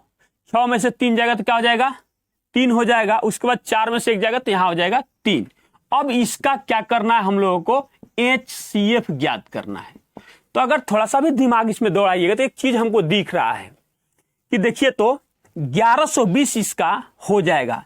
11 दूना 22, यानी कि हम यहां लिख देते हैं ताकि आपको समझ में भी आए। देखिए ध्यान से, 1120 देखिए इसका यह 2 गुना है, इसका यह 3 गुना है और यह इसका 5 गुना है। 11 पच्चे 55 और 5 20 पच्चे 100, 55 और 1 5600। यहाँ 11 दूना 22 और 20 दूना 40, 11 तिया 33 और 20 तिया 60। इसका मतलब जो HCF यानी n जो आया वो बड़ी से बड़ी संख्या वह यही है। कितना है? 1120 है। अब इसके अंकों का योग हमसे पूछा गया है, यानी 1 + 1 + 2 + 0 बराबर क्या होगा? तो जोड़ के देख लीजिए, 4 आएगा, अर्थात जिस ऑप्शन में 4 दिया गया है वही हमारा आंसर हो जाएगा, अर्थात ऑप्शन नंबर ए हमारा आंसर हो जाएगा। चलिए हम लोग अगला प्रश्न देखते हैं, क्वेश्चन नंबर 73। क्वेश्चन नंबर 73 में कहता है एक माली 17,956 पौधे इस प्रकार लगाता है कि प्रत्येक पंक्ति में उतने ही पौधे हैं जितनी पंक्तियां हैं। एक पंक्ति में कितने पौधे हैं? क्वेश्चन बहुत आसान है। क्वेश्चन कहना चाहता है कि 17,956 का स्क्वायर रूट यानी कि वर्गमूल कितना होगा। देखिए जैसे मान लीजिए आपके पास 2 पंक्ति है और प्रत्येक पंक्ति में 2 आपके पास क्या है? पौधा है, तो कितना हो जाएगा? 4 ना हो जाएगा? 4 हो जाएगा। तो इसका यानी कि 4 है, तो कहना चाहता है उसी तरीके से तो इसका वर्गमूल निकाल दिए तो 2 हो जाएगा, यानी 2 पंक्ति भी है, 2 पंक्ति में 2 पौधा भी है। उसी तरीके से अगर 3 कीजिएगा एक पंक्ति में और 3 पंक्ति भी बनाइएगा तो यह बढ़ जाएगा। उसी तरीके से आगे होते हुए यह कहां पर जा रहा है, तो हमको पंक्ति की संख्या को ज्ञात करना है। तो बहुत आसान है, क्वेश्चन कुछ नहीं कहना चाह रहा है, क्वेश्चन कहना यही चाह रहा है कि 17,956 का वर्गमूल निकालिए। मैं नहीं जानता कि आप कैसे निकालते हैं, लेकिन देखिए ध्यान से कैसे निकालेंगे। यहां हो जाएगा 4 और यहां हो जाएगा 6 और यहां से 2 अंक हम लोग छोड़ देंगे। देखिए क्यों? क्योंकि 4 का स्क्वायर करने पर भी 16 और 6 का स्क्वायर करने पर 36, यानी इसका जब वर्गमूल निकालेंगे तो इसका इकाई अंक या तो 4 होगा या तो 6 होगा। इस चीज को चेक करने के लिए अब ध्यान से देखिएगा, अब इतना जो मान दिया गया है यह किन 2 लगातार संख्याओं के बीच में पड़ता है, यह जानना बहुत जरूरी है। तो ध्यान से देखिएगा, 13 का स्क्वायर करेंगे तो कितना हो जाएगा? 1 6 9 होता है और 14 का स्क्वायर कितना होता है? 196 होता है, यानी और हमेशा छोटा वाला मान लिया जाता है। तो यहां पर आ जाएगा 134 और यहां हो जाएगा 136। ये कंफर्म हो गया कि या तो इसका वर्गमूल यह होगा नहीं तो यह होगा, लेकिन ये पता कैसे करें कि यह होगा कि यह होगा? तो ध्यान से देखिएगा करते क्या है इसमें, जो इसके बीच की जो संख्या बनेगी क्या बनेगी? 135। इसका स्क्वायर करना बहुत आसान होता है, तो इसका स्क्वायर करेंगे तो लास्ट में 25 का 25 हो जाएगा और 13 में 1 बढ़ाकर गुना कर देंगे तो 13 में 1 बढ़ाएंगे तो 14 होगा और 14 में 13 से गुना करेंगे तो 182 आएगा। और इससे इसका कंपेयर किया जाता है, अगर यह इससे कम है तो छोटा वाला आंसर और इससे यह ज्यादा है तो बड़ा वाला आंसर।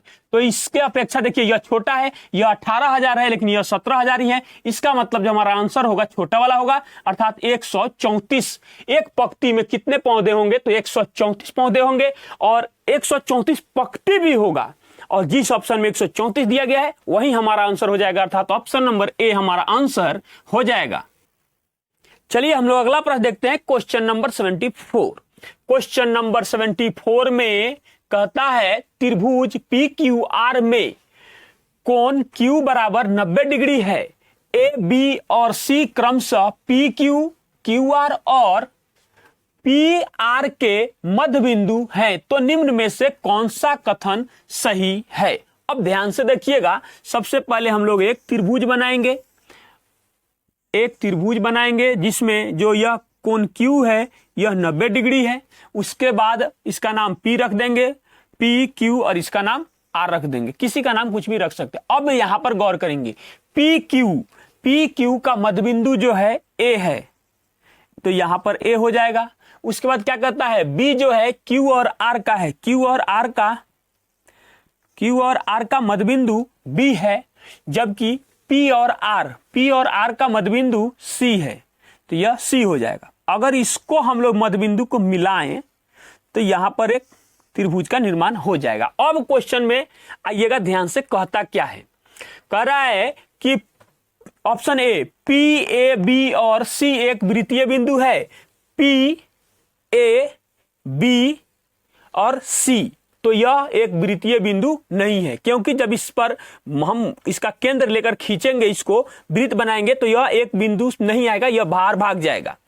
अब ध्यान से देखिएगा, आर बी ए और सी एक वृत्तीय बिंदु है, तो आर बी ए और सी, तो यह भी नहीं है। जो चीज यहां है वही चीज यहां भी था।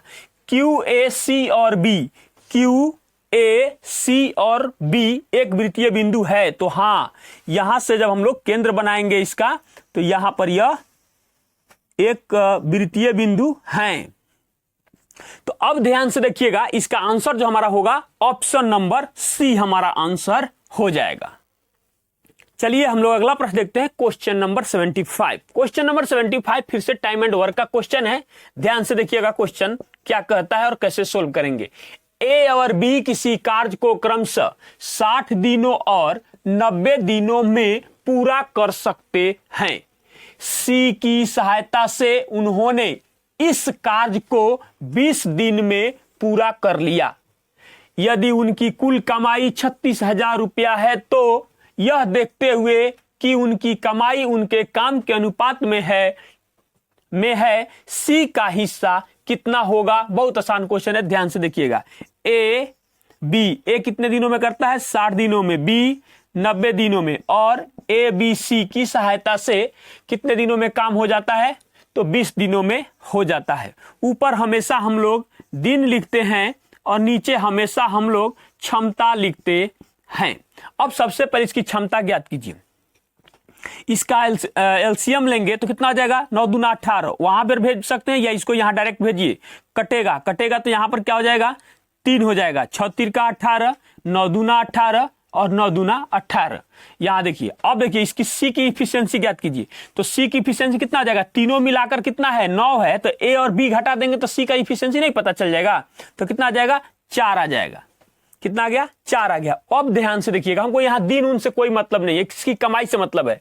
एबीसी मिलकर कितना कमाता है? अनुपात 9 कमाता है। अनुपात 9, और इसी अनुपात 9 का मान हमको दिया हुआ है कितना? 36,000 रुपया। तो हमको अनुपात 1 का मान कितना हो जाएगा? तो हो जाएगा 9 चौका 36, यानी कि 4,000 रुपया। तो हमको सी की कमाई से मतलब, यानी अनुपात 4 कमाता है। तो अनुपात 4 बराबर कितना हो जाएगा? 4 चौका 16,000 रुपया, और जिस ऑप्शन में 16,000 रुपया दिया गया है वही हमारा आंसर हो जाएगा, अर्थात ऑप्शन नंबर ए हमारा आंसर हो जाएगा। चलिए हम लोग अगला प्रश्न देखते हैं, क्वेश्चन नंबर 76। क्वेश्चन नंबर 76 में कहता है 138 डिग्री के समपूरक का कोटि पूरक है। बहुत आसान क्वेश्चन है, ध्यान से देखिएगा। कह रहा है कि 138 में कितना डिग्री आप जोड़ दीजिएगा कि यह समपूरक मतलब 180 डिग्री बन जाएगा। भेजिए इसको इस साइड। जब भेजेंगे इस साइड तो क्या आएगा? 42 डिग्री हो जाएगा। कितना? 42 डिग्री हो जाएगा। अब ध्यान से देखिएगा, समपूरक का, तो यह समपूरक हो गया 138 का कोटि पूरक है। कोटि पूरक है यानी कि, अब ध्यान से देखिएगा, कोटि पूरक है यानी हो जाएगा कि 90 डिग्री माइनस वाई कोटि पूरक बराबर 42 डिग्री। तो क्या हो जाएगा? इसको भेज दीजिए इस साइड और ये जाएगा इस साइड। तो वाई का मान कितना आ जाएगा हम लोग के पास? 90 डिग्री माइनस 42 डिग्री बराबर कितना हो जाएगा? 48 डिग्री, और जिस ऑप्शन में 48 डिग्री दिया गया है वही हमारा आंसर हो जाएगा, अर्थात ऑप्शन नंबर बी हमारा आंसर हो जाएगा। चलिए हम लोग अगला प्रश्न देखते हैं, क्वेश्चन नंबर 77। क्वेश्चन नंबर 77 में कहता है कि संलग्न चित्र में रेखाखंड XY त्रिभुज ABC की भुजा AC के समानांतर है, जो त्रिभुज ABC को 2 बराबर क्षेत्रफलों वाले भागों में विभाजित करती है। तो AX और AB का अनुपात होगा। ध्यान से देखिएगा, इस क्वेश्चन को हम लोग कैसे सोल्व करेंगे। सबसे पहले ध्यान से देखिएगा, यहां लिख देंगे हम लोग सॉल्यूशन। उसके बाद हम लोग के पास 2 त्रिभुज हो रहा है। एक त्रिभुज हो रहा है, त्रिभुज हम लोग कह सकते हैं ABC, और एक त्रिभुज हम लोग का बन रहा है XB y इस तरीके से बन रहा है। अब ध्यान से समझिएगा यहां पर, उसके बाद क्वेश्चन में बोला गया है कि AC AX के समानांतर है, पैरेलल है। तो आप जानते हैं कि जब दो समानांतर लाइन को एक तीसरी लाइन काटती है तो इसमें होता क्या है कि इसका संगत कोण जो होता है वह बराबर होता है। तो यह कोण इस कोण के बराबर है और यह कोण इस कोण के बराबर है, और यह कोण जो है यह इसमें क्या है, दोनों में कॉमन है। अब ध्यान से देखिएगा, इस त्रिभुज में AX या AC हम लोग कह सकते हैं, AC पैरेलल है किसके, AX के पैरेलल है। तो इसमें दिया क्या क्या है, अब ध्यान से हम लोग देखेंगे इस चीज को। तो इसमें दिया हुआ है कि कोण BAC, कोण BAC बराबर है किसके, कोण BXY के। उसके बाद हम लोग लिख सकते हैं इसमें कि BCA ना होगा, BCA बराबर है किसके, कोण BYX के बराबर है। और उसके बाद अगर हम इसकी बात करेंगे तो ये दोनों में कॉमन है, अर्थात कोण B बराबर कोण B ही हो जाएगा। इसमें थोड़ा सा जगह कम हो रहा है, कोई बात नहीं, ध्यान से देखिएगा। अब यहां से लिख देते हैं इस बात को। तो हमको एक चीज यहां पर मिला कि कोण यानी एंगल समरूपता के नियम से,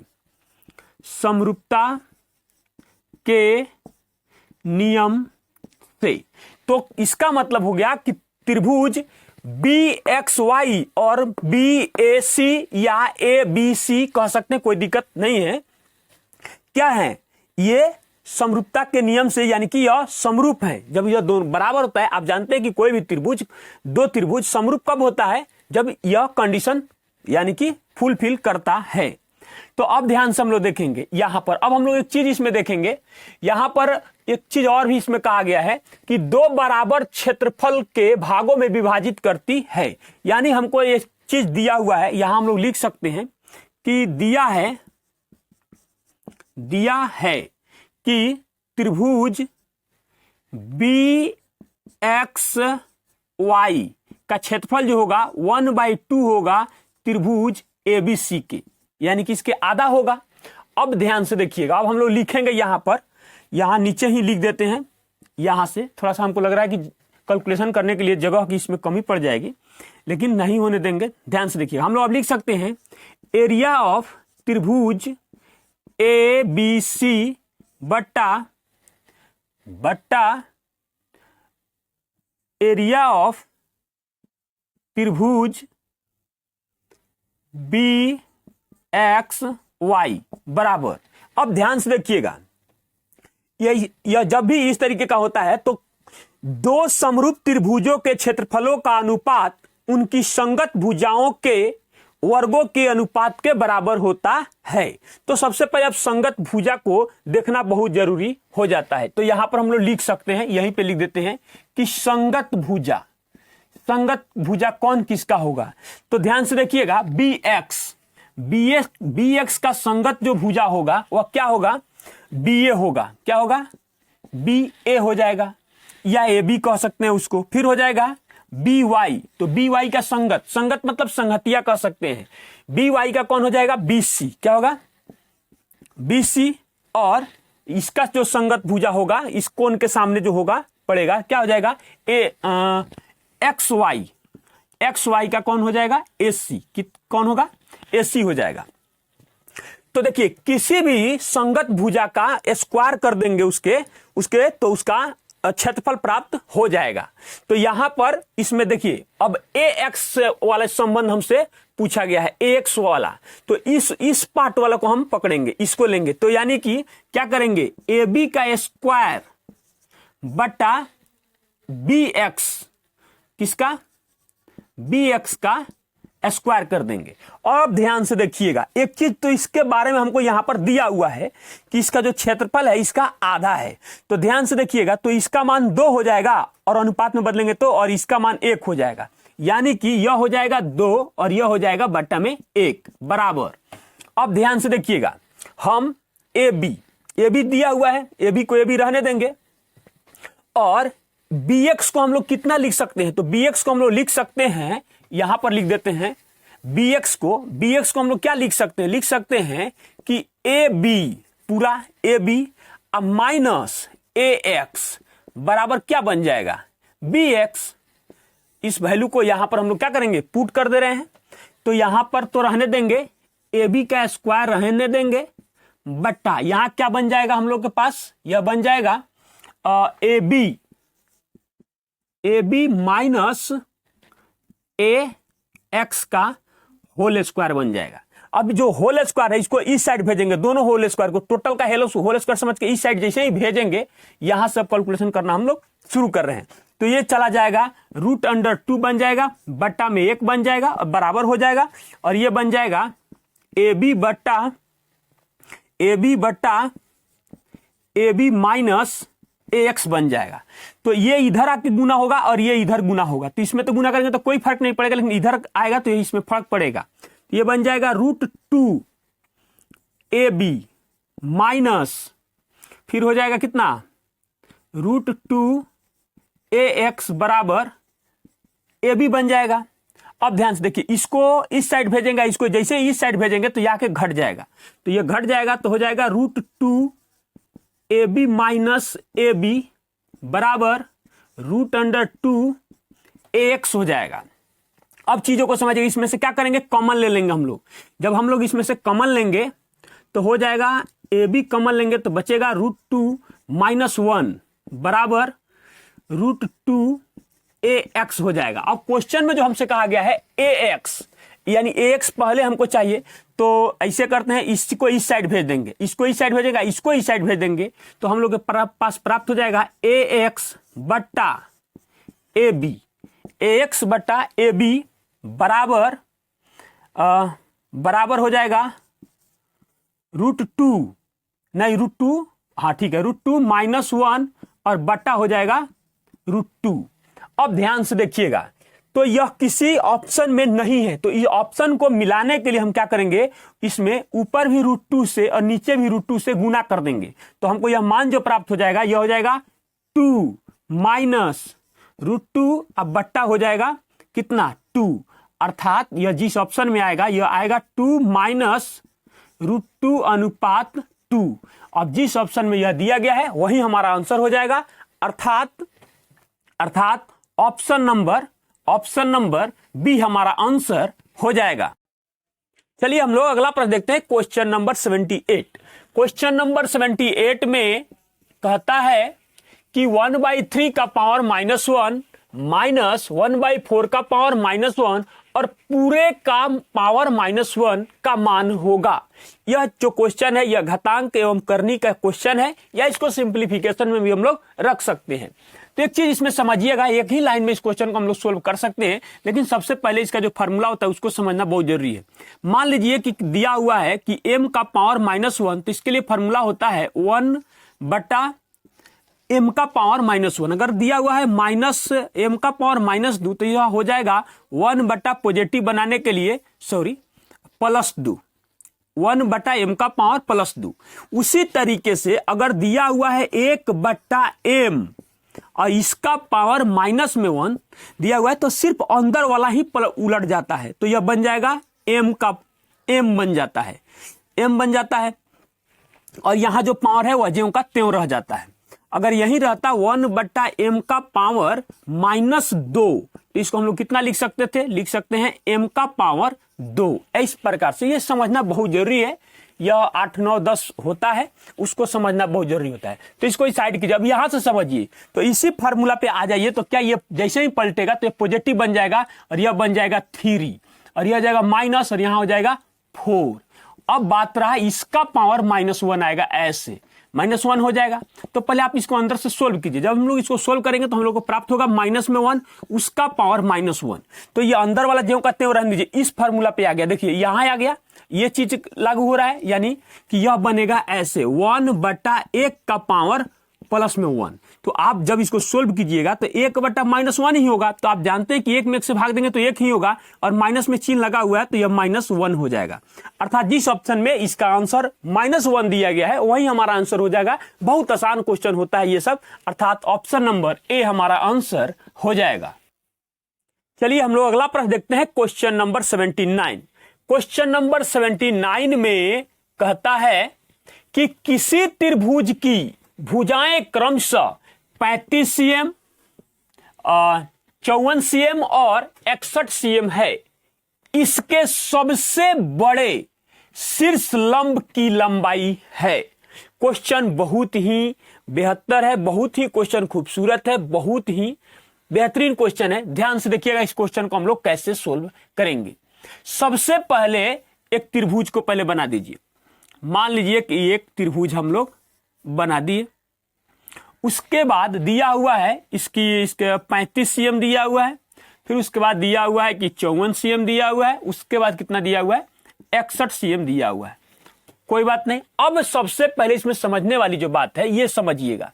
सबसे क्या कहा है कि इसके सबसे बड़े शीर्ष लंब की लंबाई है। तो सबसे बड़े शीर्ष लंब की लंबाई हम कहां से लेंगे ताकि वह सबसे बड़ा हो पाएगा, इस चीज को समझिएगा। आप यहां पर नोट देकर आप सबसे पहले इस बात को लिख सकते हैं कि सबसे छोटी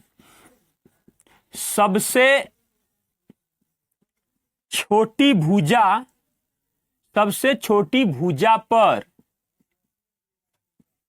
डाली गई शीर्ष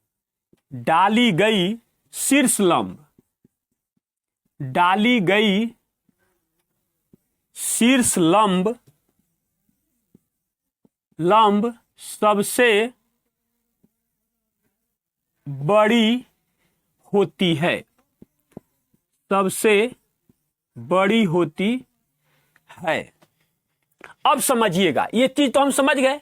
तो देखिएगा फिर से समझिएगा, सबसे छोटी भुजा पर डाली गई शीर्ष लंब सबसे बड़ी होती है। तो देखिए सबसे छोटा इसमें भुजा कौन है, तो ये 35 cm वाला है। तो 35 cm है, तो यहां से जब इस पर हम लंब डालेंगे माने इसके शीर्ष के इसके सामने वाले से, तो यहां पर जो ऊंचाई हमको प्राप्त होगा, एच जो हमारा मान प्राप्त होगा वो सबसे बड़ी होगी। अब हम इसको ज्ञात करें तो करें कैसे? तो आप जानते हैं कि किसी भी त्रिभुज का क्षेत्रफल उसके आधार और ऊंचाई पर निर्भर करता है। एक तरीका हुआ, और दूसरा तरीका हुआ हीरोन का फॉर्मूला। यदि तीनों भुजाएं अगर हमको पता है तो इसका सहारा लेकर भी हम तो करेंगे क्या कि क्षेत्रफल बराबर हम लोग क्या करेंगे, क्षेत्रफल कर देंगे। अब समझिएगा यहां पर ध्यान से इस चीज को। तो क्षेत्रफल बराबर क्षेत्रफल कैसे करेंगे, तो एक तरफ हीरोन का फॉर्मूला लगाएंगे और एक तरफ 1/2 गुने आधार गुने ऊंचाई का फॉर्मूला लगाएंगे। तो एक साइड हम लगाएंगे 1/2 गुना आधार, ये हमारा आधार है, आधार गुना हो जाएगा ऊंचाई बराबर एक तरफ हीरोन का फॉर्मूला जब हम लोग लगाएंगे तो आप जानते हैं इसमें क्या होता है, इसका फॉर्मूला होता है √S into S minus A into S minus B into S minus C, जहां पर ये फॉर्मूला होता है और ये S का मान होता है A plus B plus C/2 होता है। तो सबसे पहले तो हमको S का मान ज्ञात करना होगा, तभी तो यहां पर हम लगा पाएंगे और रूट में डाल पाएंगे इसको। तो अब ध्यान से देखिएगा, सबको जोड़ेंगे हम लोग। तो जोड़िए तो कितना हो जाएगा, 5 और 1 6, 6 4 10, 10 का कितना हो जाएगा 0, S का मान 10 का मान हो जाएगा 0, ठीक है। और 6 3 9, 9 और 1 हासिल है 10, 10 और 5 15, यानी हो जाएगा 150/2, यानी S का मान आ जाएगा हम लोग के पास 75। अब वैल्यू को इस वाले पहलू पर पुट कीजिए यहां पर, तो क्या हो जाएगा, एक होगा 75। फिर देखिए 75 में से 35 को घटाएंगे हम लोग तो क्या बचेगा हम लोग के पास 40 हो जाएगा। उसके बाद 75 में से 61 को घटाएंगे, 75 में से 61 को हम लोग जब घटाएंगे तो क्या आ जाएगा, 75 में से 61 को घटाएंगे तो क्या हो जाएगा 4 हो जाएगा, उसके बाद 1 हो जाएगा 14 हो जाएगा, फिर गुना कर देंगे। उसके बाद अब देखिए 75 में से 54 को घटाएंगे तो क्या आ जाएगा 21 आ जाएगा, तो यहां पर रख दीजिए। अब सोल्व करेंगे ना तो जो कटने वाला होगा वो कट जाएगा और एच का मान हमको निकल के हमारे सामने आ जाएगा। तो 1/2 गुने 35 गुने एच इक्वल टू, अब ध्यान से देखिएगा इसको कैसे सोल्व करेंगे। 25 तिया 75, 3 इसको दे दीजिए, क्या करेंगे 3 इसको दे देंगे तो 25 का मतलब 5 1 तो बाहर आ गया, उसके बाद समझिए जब 3 यहां पर दिए तो इसमें भी एक 3 छुपा हुआ है, तो फिर एक 3 बाहर आ जाएगा हम लोग के पास। उसके बाद आप देखिएगा यहां 7 है और एक 7 इसमें है, तो एक 7 फिर से बाहर आ जाएगा। तो यहां पर 2 बन गया, ये बन गया कितना 2 इसका और ये 40, 80 हो जाएगा। तो 16 25 80, यानी कि हो जाएगा 16 का 4 बाहर आ जाएगा और रूट में 5 हमारे पास रह जाएगा। अब देखिए 35 से 35 को हमने कैंसिल कर दिया, तो इधर भाग में, तो बाकी जो बच गया इधर क्या हो जाएगा, गुना हो जाएगा। यानी h का मान कितना हो जाएगा, 3 चौका 12 और 12 दूना 24, 24√5 cm हमारा आंसर हो जाएगा। और जिस ऑप्शन में 24√5 cm दिया गया है वही हमारा आंसर हो जाएगा, अर्थात ऑप्शन नंबर सी हमारा आंसर हो जाएगा। चलिए हम लोग अगला प्रश्न देखते हैं, क्वेश्चन नंबर 80। क्वेश्चन नंबर 80 में कहता है कि एक बिल में 35% छूट देने पर और 2 बार क्रमबद्ध 20% छूट देने पर 22 रुपया का अंतर आता है, तदनुसार उस बिल की राशि कितनी थी।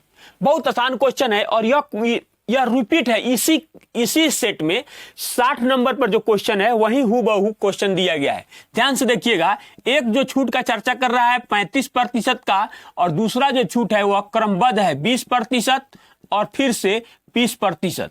इनका एकल छूट जब हम लोग ज्ञात करेंगे तो आता है 36%। आप निकाल लीजिएगा, फॉर्मूला बता भी चुके हैं, क्वेश्चन नंबर 60 में यही है। दोनों का अंतर कितना है, 1%, और इसी 1% का मान दिया है 22 रुपया। तो 100% बराबर क्या हो जाएगा, 2200 रुपया, और जिस ऑप्शन में 2200 रुपया दिया गया है वही हमारा आंसर हो जाएगा, अर्थात ऑप्शन नंबर डी हमारा आंसर हो जाएगा। चलिए हम लोग अगला प्रश्न देखते हैं, क्वेश्चन नंबर 81। क्वेश्चन नंबर 81 में कहता है कि एक व्यक्ति ने 9,000 रुपया साधारण ब्याज की दर से 10% वार्षिक दर से उधार लिए। 1.1/2 वर्ष के अंत में उसे कितना धन वापस करना होगा। इसका मतलब होता है कि वह मिश्र धन, यानी कि ब्याज और मूलधन हमारा जो है उसको दोनों को वापस करना पड़ेगा। तो कितना हो जाएगा, पहले चीजों को समझिएगा। साधारण ब्याज का है, बहुत आसान है, 1 साल में 10% बढ़ता है तो 1.5 साल, इसका मतलब कितना होगा 1.5 साल, तो 1.5 साल में कितना बढ़ेगा 15%। बहुत आसान है, अब ध्यान से समझिएगा। तो 9,000 जो है मेरा, वो तो मेरा मूलधन है, ये तो मेरा मूलधन है, और प्लस इसी में जो ब्याज आया है वो कितना आया है। देखिए अगर ऐसे भी तोड़िएगा तो 2 एकम 2, 2 1 3, 3/2 वर्ष गुना रेट, तो ये हो जाएगा 15%। आप मूलधन के 1% इसमें गुना कर दीजिए, तो मूलधन का 1% कितना होगा 90 होगा। जो मान आने वाला हो वो आपके सामने आ जाएगा। तो इससे इसको काट दीजिए, सब इसको हम लोग काटेंगे तो ये कितना बन जाएगा 45 बन जाएगा, 45 दूना 90 हो जाएगा, और 45 तिया कितना हो जाएगा। देखिए तो ये हमारा जो है मूलधन है और ये जो है हमारा ब्याज है, दोनों को जोड़ देंगे तो मिश्र धन हो जाएगा। तो 9,000 प्लस 45 तिया कितना हो जाएगा 135, 135, उस पर एक जीरो आ जाएगा, यानी कि कितना हो जाएगा 1350, यानी कि 9,000 आ 1,000 कितना हो जाएगा 10,000, यानी यह हो जाएगा 10,350 रुपया, इतना वापस करना होगा। और जिस ऑप्शन में 10,350 दिया गया है वही हमारा आंसर हो जाएगा, अर्थात ऑप्शन नंबर बी हमारा आंसर हो जाएगा। चलिए हम लोग अगला प्रश्न देखते हैं, क्वेश्चन नंबर 82। क्वेश्चन नंबर 82 में कहता है कि निम्नांकित में से कौन सबसे बड़ी भिन्न है। यह बहुत आसान क्वेश्चन है और अंक भी छोटा छोटा जो हम लोग को दिया गया है। तो इसमें हम लोग करेंगे क्या कि क्रॉस मल्टीप्लिकेशन का सहायता लेंगे या भाग विधि भी लगा सकते हैं, लेकिन हमारे देखने से यहां पर बहुत ही तेजी से इस क्वेश्चन को हम लोग सोल्व कर सकते हैं। कैसे, क्रॉस मल्टीप्लिकेशन से। अब ध्यान से देखिएगा, 2 से गुना कर देंगे इसमें तो 4 दूना 8 हो जाएगा, ये कितना हो जाएगा 3 तिया 9 हो जाएगा। हमसे क्वेश्चन में कहा गया है बड़ा, तो यह छोटा हो गया इसकी अपेक्षा, इसको काट देंगे। ये कितना हो जाएगा 5 दूना 10 और ये कितना हो जाएगा 36 18, नया वैल्यू मिल गया, इसका मतलब यह छोटा हो गया, यह बड़ा है। फिर इससे इसमें कंपेयर करेंगे तो कितना हो जाएगा 9 दूना 18 और 7 3 का 21 होगा। इसका मतलब इसकी अपेक्षा देख लीजिए, यहाँ पर यह 18 ही हो पा रहा है और ये 7 3 का 21 हो रहा है। जब लेकिन कंपेयर करेंगे तो नया वैल्यू प्राप्त करेंगे, यानी कि इन सबों में जो सबसे बड़ा है वह 3/2 है, वो हमारा आंसर हो जाएगा। जिस ऑप्शन में 3/2 दिया गया है वही हमारा आंसर होगा, अर्थात ऑप्शन नंबर सी हमारा आंसर हो जाएगा। चलिए हम लोग अगला प्रश्न देखते हैं, क्वेश्चन नंबर 83। क्वेश्चन नंबर 83 में कहता है यदि 31x5 9 का अपवर्त है जहां x एक अंक है तब x का मान होगा। इसका मतलब अपवर्त का मतलब हुआ कि इसका मल्टीपल, यानी 9 का यह मल्टीपल है और मल्टीपल है, इसका मतलब यह इससे विभाज्य है। यानी कि कहने का इसका मतलब है कि x के जगह पर कौन ऐसी संख्या रखेंगे, कौन ऐसा अंक रखेंगे जो 9 से इसको विभाजित कर देगा। तो आप जानते हैं कि 9 से विभाज्यता का नियम क्या होता है। यदि किसी संख्या में उपस्थित अंकों का योग 9 से विभाज्य है तो वह संख्या 9 से विभाज्य हो जाएगी। अब चीजों को समझिएगा। तो 31x5 और भाग देना है 9 से, तो पहले जो संख्या उसको काटिए, 5 3 8 1 9 9 9 पूरा हो गया। तो इसका मतलब इसके जगह पर इस सबों को जोड़ने पर या तो 9 से पूरा पूरा विभाज्य होना चाहिए। इसका मतलब यहां होगा या तो 0 होगा और नहीं तो यह फाइनली 9 ही होगा, तभी यह कर सकता है। ऑप्शन में अगर 0 दिया हुआ है तो वो आंसर होगा और नहीं तो 9 दिया हुआ है तब भी वो आंसर होगा। तो ये ऑप्शन में हमारे पास 0 नहीं दिया गया है, 9 दिया गया है। तो जिस ऑप्शन में 9 दिया गया है वही हमारा आंसर हो जाएगा, अर्थात ऑप्शन नंबर डी हमारा आंसर हो जाएगा। चलिए हम लोग अगला प्रश्न देखते हैं, क्वेश्चन नंबर 84। क्वेश्चन नंबर 84 में कहता है कि पहली संख्या 350 को 20% बढ़ाकर पुनः 20% कम कर दिया गया, अंततः वृद्धि या कमी का प्रतिशत होगा। आप इस मान को लेकर भी बनाइएगा तब भी वही आंसर होगा, नहीं तो अगर आप चीजों को समझते हैं तो इसको और इसको लेकर बनाइएगा। आइए हम दो तरीके से इसको सोल्व कर देते हैं। पहला तरीका में 20% की एक बार वृद्धि की जाती है और फिर 20% की कमी कर दी जाती है। तो इसके लिए फॉर्मूला जो होगा a plus B plus a into B बटा 100 का फॉर्मूला हम लोग प्रयोग करेंगे। होता क्या है, जब मान रखेंगे ना जहां जहां वहां ऑटोमेटिक नेगेटिव ले लेगा। तो क्या हो जाएगा 20 माइनस 20 और माइनस 20 गुना 20 बटा क्या हो जाएगा 100। देखिए 00 से 00 कैंसिल हो जाएगा। देखिए 20 से 20 कैंसिल हो जाएगा तो माइनस में आ रहा है, -4% हो जाएगा। यानी नेगेटिव यह दर्शाता है, यह कमी को दर्शाता है। क्या करता है, कमी दर्शाता है। यानी कि रिजल्ट जो होगा 4% की कमी हो जाएगी। क्या वो कमी हो जाएगी। पहला तरीका इस तरीके से आंसर हो जाएगा। और दूसरा तरीका अगर आप देखना चाहते हैं तो देखिए दूसरा तरीका, क्वेश्चन जैसे कह रहा है तो 350 है, इसमें 20% का वृद्धि करना है। आप जानते हैं कि एक अंक के बाद जैसे ही हम दशमलव देते हैं तो वह 10% होता है। तो इसका कितना हो जाएगा 70 हो जाएगा। 35 दूना 70 इसमें हम लोग जोड़ देंगे। तो फाइनली जब 20% का हम लोग वृद्धि, कई तरीके हैं वृद्धि करने का भी। अगर आप चाहो तो ऐसे भी बना सकते थे। देखिए ऐसे भी बना सकते थे 350 गुना 120 बटा कितना कर देंगे, डायरेक्ट 100 कर देंगे। तो इन दोनों से इन दोनों को कैंसिल कर देंगे। 12 पचे कितना हो जाएगा 60 हो जाएगा। उसके बाद में 12 3 36 6 42 हो जाएगा। यहां पर भी आप जोड़ के देख लीजिए कितना आ जाएगा, और 300 और ये इसमें से 50 देंगे तो कितना आ जाएगा 400 420। दोनों तरीके से तो वही आया। और भी तरीके दिख रहे हैं, आप उसको सोल्व कर सकते हैं, लेकिन हम यहां पर कोई एक ही तरीका आपको दिखाएंगे क्योंकि हम लोग प्रैक्टिस सेट को सोल्व कर रहे हैं। थ्योरेटिकल क्लास में हम कई तरीके बता देते हैं ताकि आप जितना भी आपके मन में किसी भी प्रकार का डाउट हो रहा हो या कंफ्यूजन हो रहा हो, आप सबका हम समाधान कर देते हैं। तो ये तो पहले 20% का वृद्धि हुआ, कह रहा कि अब 20% की कमी की जा रही है।